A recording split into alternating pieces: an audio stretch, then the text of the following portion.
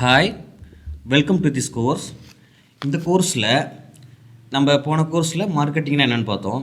இந்த கோர்ஸில் marketing with digital marketing அப்படின்னு என்னென்னு பார்க்க போகிறோம். ஓகே, மார்க்கெட்டிங்கிறது நம்ம ஒரு பொருளை ஒரு கன்சியூமருக்கு கொடுக்குறது. ஓகே, அப்போ இந்த டிஜிட்டல் மார்க்கெட்டிங் எப்படி செயல்படுதுங்கிறத நம்ம தெரிஞ்சுக்க போகிறோம். ஆக்சுவலி டிஜிட்டல் மார்க்கெட்டிங்கிறது லேக்ஸ் அண்ட் பீப்புள் இந்த இடத்துல குவிக்கிறாங்க. எந்த இடத்துல? இந்த ஆன்லைன் உலகத்தில். ஆக்சுவலி இப்போ ஏஐ வந்துருச்சு. ஏஐ வந்தனால இப்போ எல்லாமே சிம்பிள் ஆகிடுச்சு. உங்களுக்கு நல்லா தெரியும், முதல்லாம் ஒரு வெப்சைட் க்ரியேட் பண்ணுறதுக்கு கோடிங் நாலேஜ் தெரிஞ்சிருக்கணும். பட் இப்போ அந்த ஸ்கில்லே தேவை கிடையாது. இப்போ ஏஐ வந்துருச்சு, ப்ரீ பில்டு டெம்ப்ளேட்லாம் இருக்குது. அது நான் உங்களுக்கு எப்படி சொல்லிக் கொடுக்க போகிறேன். ஓகே, இந்த டிஜிட்டல் மார்க்கெட்டிங் எப்படி இயங்குதுங்கிறத நம்ம நல்லா ஃபஸ்ட்டு புரிஞ்சுக்கணும். நாம் நினச்சிட்டு இருக்க மாதிரி இந்த ஃபேஸ்புக், இன்ஸ்டாகிராம் இது எல்லாருமே நம்மளை என்டர்டெயின்மெண்ட் பண்ண வைக்கிறதுக்குன்னு நம்ம தான் நினச்சிட்ருக்கோம். பட் அவங்க நம்மளோட டேட்டாவெல்லாம் கலெக்ட் பண்ணியிருக்காங்க. நம்மள எத்தனை பேருக்கு தெரியும்? அவங்க நம்மளோட டேட்டா, நம்ம படிச்சிருக்கோமா, நம்ம என்ன படிச்சிருக்கோம், நம்மளோட ஏஜ் எல்லாமே அவங்க கலெக்ட் பண்ணிகிட்ருக்காங்க. அந்த கலெக்ட் பண்ண டேட்டாவை வச்சு இப்போ நம்ம ஃபேஸ்புக்கில் ஆட்ஸ் ரன் பண்ணுறதுக்கு எத்தனை பேருக்கு தெரியும்னு தெரில. அதை நம்ம ஃபியூச்சரில் சொல்லி கொடுத்துருவோம். நம்ம இந்த கோர்ஸ் வந்துடுவோம். ஆக்சுவலி அந்த ஆட்ஸ்லாம் தெரிஞ்சவங்க என்ன பண்ணுறாங்கன்னா, அவங்க டார்கெட் ஆடியன்ஸ் ஃபிக்ஸ் பண்ணுறாங்க. அதாவது இப்போ நம்ம சேட்டலைட்டில் ஒரு ஆடு கொடுத்தாங்கன்னா அது எல்லாருக்கும் டெலிகாஸ்ட் ஆகும். அப்போ அந்த பீப்புள் எவ்வளோ பேர் கன்வெர்ட் ஆவாங்க அப்படிங்கிறது அவங்களுக்கு தெரியாது. எத்தனை பேர் அந்த பொருள் வாங்கவும் தெரியாது. ஆக்சுவலி இது அப்படியே உள்டாவாக இருக்குது எங்கள் டிஜிட்டல் மார்க்கெட்டிங்கில். அப்போ அந்த ஃபேஸ்புக், இன்ஸ்டாகிராம் போன அந்த மாதிரி அந்த அப்ளிகேஷன்ஸ்லேருந்து நம்மளோட டேட்டாவெலாம் கலெக்ட் பண்ணி அவங்க ஃபேஸ்புக் ஐக்கூ அப்படிங்கிற மாதிரி ஒரு லொக்கேஷனில் வச்சுருக்காங்க. ஸோ நம்ம என்ன ஒரு ப்ராடக்ட் கொடுக்க போகிறோம், அதாவது நம்மளோட ஆடியன்ஸ் யார் அப்படின்னு நல்லா தெரிஞ்சுக்கிறாங்க. 18 வயசுலேருந்து 20 வயசுக்குள்ளையா, இல்லை 30 வயசுலேருந்து 40 வயசுக்குள்ளையா, இல்லை அதுக்கு மேலேயா, அவங்களுக்கு மட்டும் டார்கெட் பண்ணி அந்த ஆடை ரன் பண்ண வைக்கிறாங்க. இப்போ நீங்கள் இந்த கூகுள் ஆட்ஸ்லாம் கூட பார்க்கலாம். நீங்கள் பாஸ்ட்டாக என்ன சர்ச் பண்ணீங்களோ அது சம்மந்தமாக அந்த ஆடு உங்களுக்கு கீழே ஃபுட்டர், ஹெட்டரில் வரும். அது போக நீங்கள் எதை பற்றி சர்ச் பண்ணிகிட்ருக்கீங்களோ அதை பற்றின ஆடு உங்களுக்கு ஃபேஸ்புக், இன்ஸ்டாகிராமில் வரும். அது நீங்கள் நல்லா பார்த்துருப்பீங்க. இது ஒரு ஸ்ட்ராட்டஜி. இதுதான் ஃபேஸ்புக். அதாவது நம்மளோட டேட்டாவை கலெக்ட் பண்ணிவிட்டு நமக்கே அவங்க ஆட் ரன் பண்ணிட்டுருக்காங்க. ஸோ இதுதான் டிஜிட்டல். இப்படி தான் டிஜிட்டல் இயங்கிட்டுருக்கு. அதுக்கு ஏற்ற மாதிரி நம்ம என்ன பண்ண போகிறோம் அப்படின்னா, நம்ம இதெல்லாம் ஒரு பக்கம் இருந்துட்டு போகுது.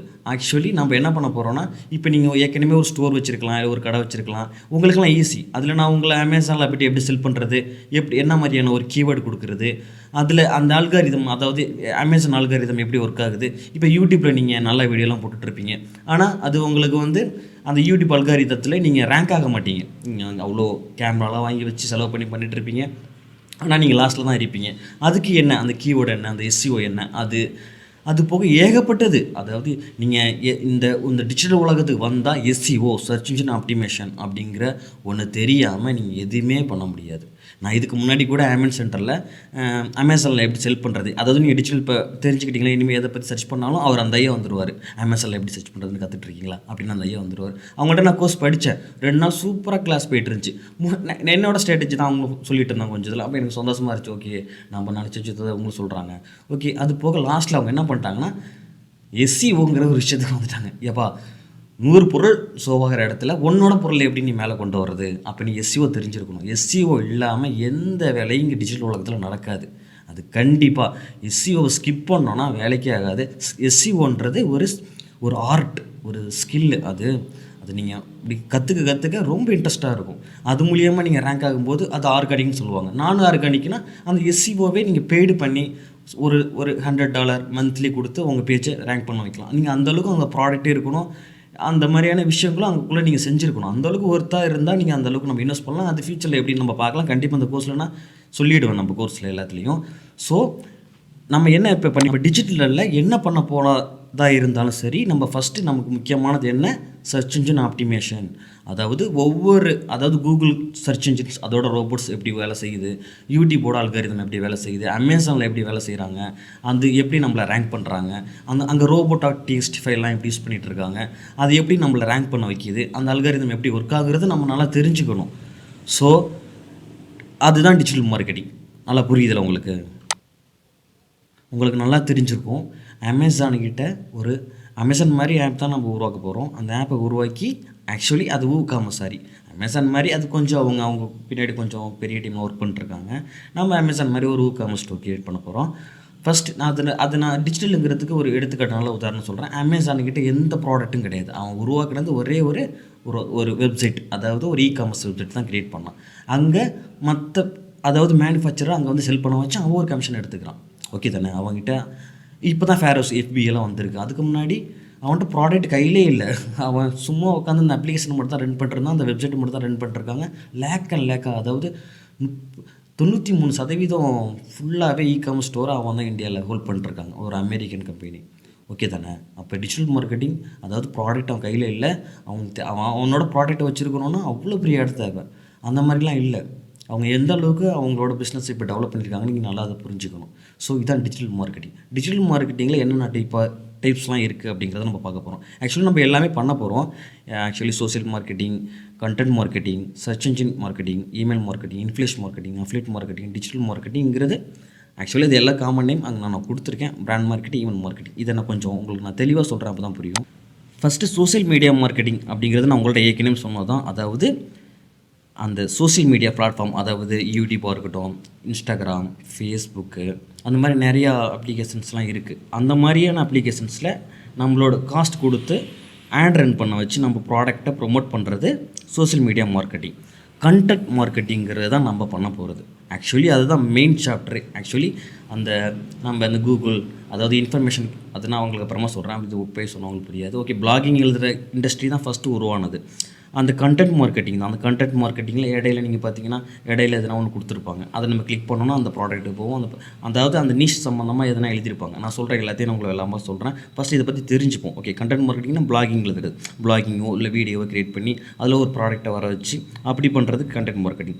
சர்ச் இன்ஜின் மார்க்கெட்டிங் அப்படிங்கிறது நான் ஏற்கனவே சொன்னது எஸ்இஓ, சர்ச் இன்ஜின் ஆப்டிமேஷன். அதாவது இந்த கூகுள் ரோபோட்ஸ்க்கு ஏற்ற மாதிரி ஒரு கண்டென்ட்டை க்ரியேட் பண்ணி அதை நம்ம கூகுளில் சர்ச் மேலே வர வச்சு அது மூலியமாக நம்மளோட ரெவென்யூவை ஜெனரேட் பண்ணுறது.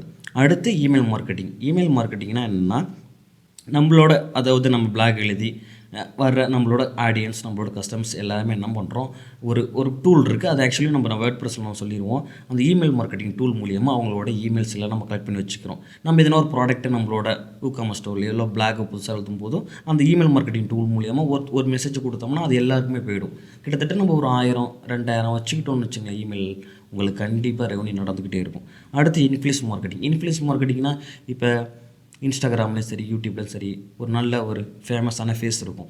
அவங்கள்ட்ட போய்ட்டு நம்மளோட ப்ராண்டை கொடுத்து, அப்பா உங்கள் வீடியோக்கு முன்னாடி எங்களோட இந்த ஆடை சொல்லுங்கள் அப்படின்னு சொல்கிறது influence marketing. Affiliate marketing. Actually நம்ம முக்கால்வாசி இந்த டிஜிட்டல் மார்க்கெட்டிங் அஃபிலியேட் மார்க்கெட்டிங் தான் மெயினு. அது நான் அஃபிலியேட் மார்க்கெட்டிங் தான் நான் படிச்சுட்டு இருந்தேன். ஆக்சுவலி நான் ஏன் அதாவது நான் அஃபிலியேட் மார்க்கெட்டிங் என்ன சொல்லிடுறேன், நம்ம வந்து ஒரு பிளாக் எழுதுகிறோம். பிளாக்னா எதை பற்றி எழுதுகிறோம்னா, ஹவு டு மேக் பிரியாணின்னு எழுதிடுறோம். பிரியாணி எழுதும்போது அது படிச்சுட்டு வர்றப்ப அந்த பிரியாணி சம்மந்தமாக எதுனா ஒரு மைக்ரோவேவனோ ஏதோ ஒரு ப்ராடக்டை பற்றி நம்ம இடையில கொடுக்குறோம். அப்போ அந்த ப்ராடக்ட் எங்கேருந்து வேணால் எடுக்கலாம். அது ஏகப்பட்ட நமக்கு அஃபிலியேட் மார்க்கெட்டிங் ஸ்டோர்ஸ்லாம் இருக்குது. நான் அதை ஃபியூச்சரில் சொல்கிறேன். இப்போ நம்ம அமேசானே வச்சுக்கலாம்னு வச்சுங்களேன். அமேசான்லேருந்து அந்த ஒரு அஃபிலியேட் லிங்கை நீங்கள் வாங்கிடலாம். அந்த லிங்க்கை வாங்கிட்டு அந்த லிங்கை தொட்டுட்டு அவங்க போய் வாங்கும்போது உங்களுக்கு ஒரு குறிப்பிட்ட கமிஷன் வரும். அது சிம்பிள் தான். நம்ம ஏன் இது வந்து இந்த ஸ்ட்ராட்டஜி நான் மாற்றணும் தான் நினச்சேன். ஆக்சுவலி என்னென்னா, இது எனக்கு எப்படி தோணுச்சு அப்படின்னா, நம்ம ஏன் அடுத்தவனுக்கு நம்ம பிளாக் கஷ்டப்பட்டு எழுதுகிறோம், ஆனால் அது வந்து அடுத்தவனோட ப்ராடக்ட்டை நம்ம ஏன் வைக்கணும், நம்மளோட ப்ராடக்டை வச்சு நம்மளே வாங்க வைப்போம். அதுக்கு நான் எப்படின்னு சொல்கிறேன். ஓகே, டிஜிட்டல் மார்க்கெட்டிங்னா இது ஓலா தான் வரும். அது நான் கொஞ்சம் இடையில கொடுத்துருக்கேன். பிராண்ட் மார்க்கெட்டிங்கிறது தான் மெயின். அது நம்ம போக போக எல்லாத்தையும் உங்களுக்கு கண்டிப்பாக சொல்லிவிடுவேன்.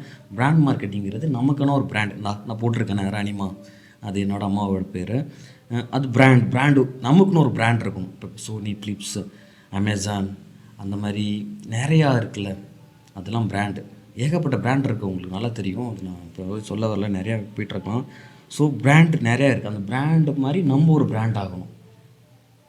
புரியுதா? இப்போ நம்ம பிளாக் எழுத போகிறோன்னா பிராண்ட், அவர் சொன்னால் கேட்கலாம்ப்பா, அவர் சொன்னால் வாங்கலாம்ப்பா, அந்த மாதிரியான ஒரு க்ரியேட் பண்ணணும். இப்போ மதன் கௌரியாக இருக்கட்டும், சம்திங் நிறைய பேர் இருக்காங்க. அவங்க சொன்னால் கேட்பாங்க, உடனே வாங்குகிறாங்க, போகிறாங்க, அந்த மாதிரிலாம் இருப்பாங்க. அடுத்து ஈவெண்ட் மார்க்கெட்டிங் அப்படிங்கிறது ஒன்றும் கிடையாது. எதுனா ஒரு சின்னதாக இப்போ நீங்கள் கூட அதை கற்றுக்கிட்டு கூட, இப்போ நான் உங்களுக்கு சொல்லி கொடுத்துருவேன். வாட்ஸ்அப்பில், ஃபேஸ்புக், இன்ஸ்டாகிராமில் எப்படி ஆட் ரன் பண்ணுறது, சின்ன கம்மியாக இது பண்ணால் போதும். ஒரு கோர்ஸ் பண்ணுறேன், ஒரு லைவ் கோர்ஸ் வரேன்ப்பா, என்ட்ரன்ஸ் ஃபீஸ் ஒரு 500, 3 hours கோர்ஸ் அப்படின்னு சொல்லிட்டு கூட ஈவெண்ட் மேனேஜ் பண்ணுறது ஒரு மார்க்கெட்டிங் தான். ஓகே தானே? இதை பற்றி இன்டெப்த்தாக இன்னும் உள்ள போய் பார்க்கலாம். Okay, thank you.